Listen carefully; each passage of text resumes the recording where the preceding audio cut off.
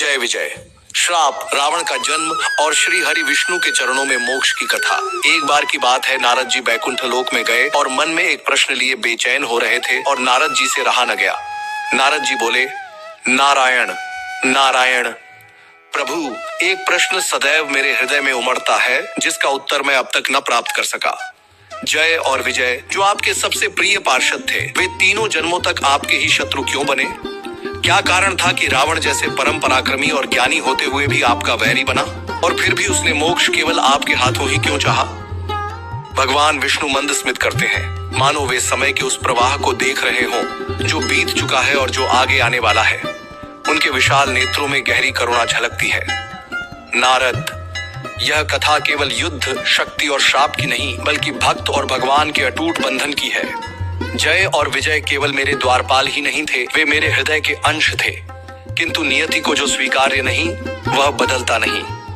सुनो, मैं तुम्हें वह कथा सुनाता हूँ जिससे समस्त लोकों में यह समझा जाए कि भक्त कैसा भी हो, अंततः उसे भगवान के चरणों में ही लौटना होता है। एक बार सनक, सनंदन, सनातन और सनत कुमार नामक 4 महान सन्यासी वैकुंठ धाम में भगवान विष्णु के दर्शन हेतु पहुंचे। वे सभी ब्रह्मा जी के मानस पुत्र थे और बालकों के समान थे। जब उन्होंने प्रवेश करना चाहा तो जय और विजय ने उन्हें रोक दिया, यह कहते हुए कि भगवान विष्णु विश्राम कर रहे हैं और वे बिना अनुमति के अंदर नहीं जा सकते। सनकादि ऋषि जो साक्षात ब्रह्मज्ञान के स्रोत थे, उनकी आंखों में एक क्षण के लिए पीड़ा झलकती है और फिर वे गंभीर हो जाते हैं। वे जय और विजय को देखते हैं और उनके मुख से एक अमोघ वचन निकलता है, हे अज्ञानी द्वारपालों, तुमने न केवल अपने प्रभु का अपमान किया बल्कि अपने अहंकार को ईश्वर से भी बड़ा मान लिया। हे मूर्ख, तुम भगवान के इतने निकट होते हुए भी अहंकार में भर चुके हो। तुम्हारे हृदय में भक्ति से अधिक अभिमान समाया हुआ है। अतः हम तुम्हें श्राप देते हैं कि तुम वैकुंठ से निष्कासित हो जाओगे और गिरकर पृथ्वी लोक में जन्म लोगे और 3 जन्मों तक भगवान के शत्रु बनोगे। जैसे ही ये वचन निकले, जय और विजय के मुख का रंग उड़ गया। वे हड़बड़ाए, भयभीत हुए और तुरंत ही भागते हुए भगवान विष्णु के चरणों में गिर पड़े। प्रभु, यह क्या अनर्थ हो गया? हमसे भूल हुई, हमें क्षमा करें। हम आपके चरणों से अलग नहीं होना चाहते, हमें वैकुंठ से मत निकालिए। भगवान विष्णु गंभीर थे। वे जानते थे कि यह ब्रह्मर्षियों का श्राप था जिसे टाला नहीं जा सकता था, किंतु वे अपने प्रिय पार्षदों को सांत्वना देने लगे। जय विजय, जो होना था वह हो चुका, किंतु मैं तुम्हें 2 मार्ग देता हूँ। पहला, तुम 7 जन्मों तक पृथ्वी पर रहकर मेरे भक्त बने रहो और अंत में पुनः मेरे पास लौट आओ। या दूसरा, केवल 3 जन्म लो, परंतु हर जन्म में मुझे अपना शत्रु मानो और मेरे ही हाथों मोक्ष प्राप्त करो। जय और विजय ने अपने नेत्रों में आंसू लिए भगवान विष्णु के चरण पकड़ लिए। प्रभु, हम आपसे 7 जन्मों तक दूर नहीं रह सकते। हमें 3 जन्मों तक शत्रु बनने का मार्ग ही स्वीकार्य है, किंतु हमारा मोक्ष केवल आपके हाथों से हो। भगवान विष्णु ने मुस्कुराते हुए हामी भर दी। उनके हृदय में दया थी, प्रेम था और एक गहरा सत्य भी जिसे जय विजय अभी नहीं समझ सकते थे। इस प्रकार जय और विजय वैकुंठ से गिरते हैं और उनके प्रथम जन्म की कथा आरंभ होती है। क्या आप जानते हैं कि रावण जैसा महापराक्रमी योद्धा जिसने देवताओं को तक पराजित कर दिया था, उसने स्वयं श्री राम से सीधे युद्ध करने के बजाय अपने संपूर्ण कुल को पहले क्यों युद्ध में झोंक दिया? क्या यह केवल अहंकार था या इसके पीछे कोई और रहस्य छिपा था? त्रेता युग का प्रारंभ, लंका नगरी, जहाँ अद्वितीय शक्ति और तप का धनी एक राक्षस सम्राट जन्म लेता है। रावण एक महान योद्धा, अद्भुत ज्ञानी और परम भक्त, फिर भी अधर्मी क्यों बना? त्रेता युग का प्रारंभ हो चुका था। धरती पर अधर्म बढ़ रहा था और देवताओं को अपने अस्तित्व का भय सताने लगा था। इसी काल में महर्षि विश्रवा और राक्षसी कैकसी के पुत्र के रूप में रावण का जन्म हुआ। उसका असली नाम दशग्रीव था, क्योंकि उसकी चेतना इतनी विशाल थी कि उसे 10 सिरों के समान ज्ञान प्राप्त था। क्या आप जानते हैं कि रावण का असली नाम रावण नहीं था? उसे यह नाम किसने और क्यों दिया? रावण का असली नाम दशग्रीव था। उसे यह नाम इसलिए मिला क्योंकि वह 10 दिशाओं का जाता था। लेकिन क्या आप जानते हैं कि उसे रावण नाम किसने दिया? रावण ने एक बार कैलाश पर्वत को उठाने का प्रयास किया। तब भगवान शिव ने अपने अंगूठे से पर्वत दबा दिया, जिससे रावण का शरीर उसी के नीचे दब गया। रावण दर्द से चिल्लाने लगा और शिव की स्तुति में एक अद्भुत संगीत गाने लगा। करुण पुकार सुनकर भगवान शिव प्रसन्न हुए और उसे वरदान दिया, तू अब से केवल दशग्रीव नहीं बल्कि रावण जो रुदन कराए कहलाएगा। यहीं से दशग्रीव रावण के नाम से प्रसिद्ध हुआ। रावण का ज्ञान और शक्ति फिर अधर्मी क्यों बना? रावण न केवल एक महान योद्धा था बल्कि वह चारों वेदों और छहों शास्त्रों का ज्ञाता भी था। उसने भगवान शिव से अमृतत्व का वरदान प्राप्त किया था और ब्रह्मा जी से अनेक शक्तियां हासिल की थीं। अब प्रश्न यह उठता है कि जो व्यक्ति इतना ज्ञानी और शक्तिशाली था वह अधर्मी क्यों बन गया? इसका उत्तर है अहंकार। रावण को अपने ज्ञान और शक्ति का घमंड हो गया था। उसने यह मान लिया था कि उसे कोई भी पराजित नहीं कर सकता, न देवता, न असुर और न ही मनुष्य।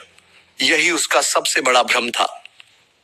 रावण के जन्म के समय ही ब्रह्मांड में विचित्र घटनाएं घटने लगीं। आसमान में लालिमा छा गई, समुद्र की लहरें उफान पर थीं और दिशाएं विक्षुब्ध हो उठी। यह संकेत था कि कोई असाधारण शक्ति पृथ्वी पर अवतरित हुई है जो न केवल देवताओं के लिए चुनौती बनेगी बल्कि सृष्टि के संतुलन को भी प्रभावित करेगी। बाल्यकाल से ही रावण अपार शक्ति, अपूर्व बुद्धि और अद्वितीय वीरता से युक्त था। वह वेदों, शास्त्रों और सभी युद्ध कलाओं में निपुण था। कुछ ही वर्षों में उसने अपनी शक्ति से तीनों लोकों में अपनी पहचान बना ली। रावण की शिव भक्ति और अमरता का वरदान। रावण को अपनी अपार शक्ति का बोध हो चुका था, किंतु उसे अमरत्व की चाह थी। उसने कठोर तपस्या आरंभ की। सैकड़ों वर्षों तक कैलाश पर्वत पर कठोर तप करते हुए उसने भगवान शिव को प्रसन्न करने हेतु अपने ही सिरों की बलि देनी शुरू कर दी। प्रत्येक बार जब वह एक सिर काटता, शिवजी की कृपा से वह पुनः उग आता। अंततः भगवान शिव प्रकट हुए और बोले, भगवान शिव, हे दशग्रीव, तुम्हारी तपस्या अतुलनीय है। कहो, क्या वरदान चाहते हो?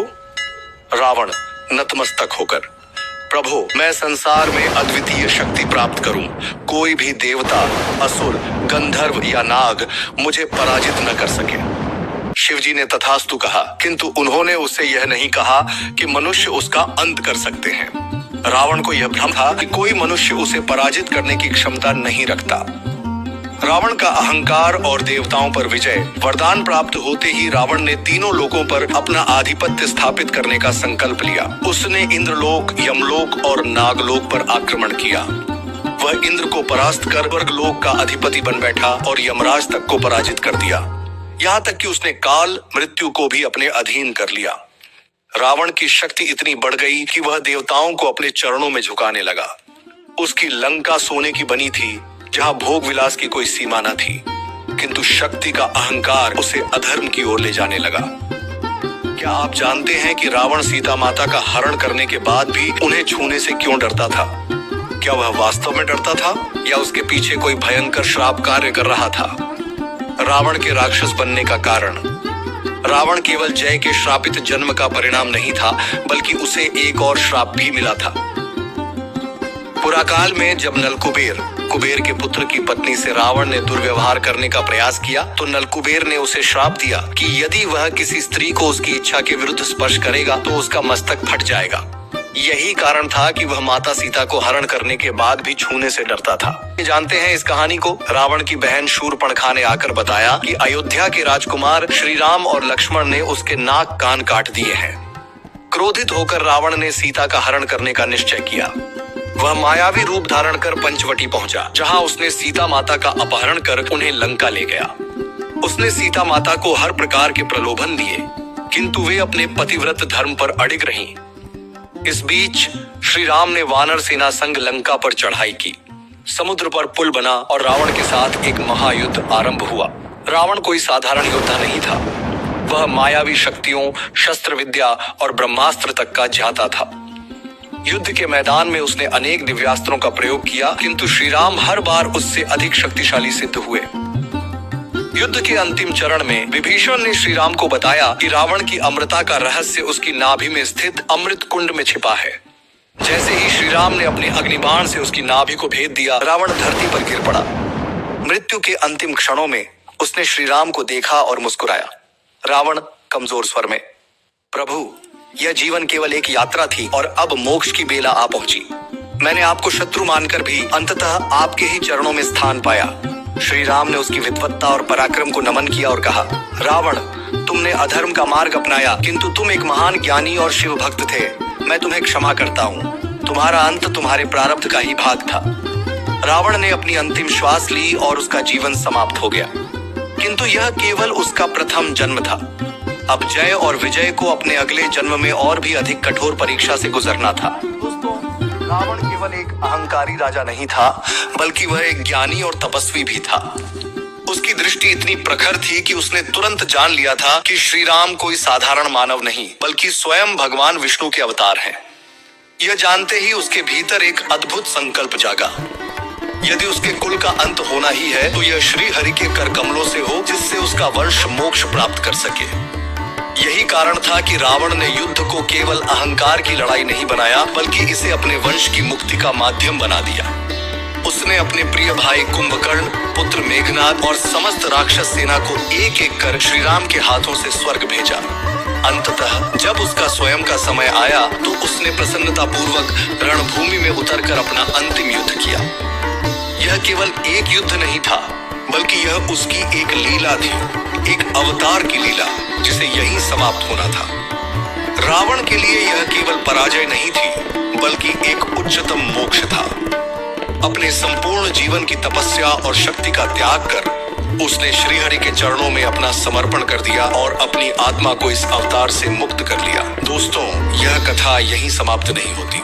अगले भाग में आपको याद होगा कि जय और विजय को भगवान विष्णु के श्राप से 3 जन्म लेने पड़े थे। हिरण्याक्ष और हिरण्यकशिपु के रूप में पहला जन्म और रावण तथा कुंभकर्ण के रूप में दूसरा जन्म। लेकिन अब भी एक जन्म बाकी था। तो अगली वीडियो में हम देखेंगे जय और विजय को अपने अगले जन्म में किन कठिन परीक्षाओं से गुजरना पड़ा, वे किस रूप में जन्मे और उनकी कहानी क्या थी, उनका अंतिम मोक्ष कैसे प्राप्त हुआ। अगर आपको यह रहस्यमयी कथा पसंद आई हो, तो वीडियो को लाइक करें, अपने दोस्तों के साथ साझा करें और कमेंट में बताएं कि यह जानकारी आपको कैसी लगी। और हाँ, अगली रोमांचक कथा के लिए हमारे चैनल को सब्सक्राइब करना न भूलें। अगले वीडियो में मिलते हैं। जय श्री राम।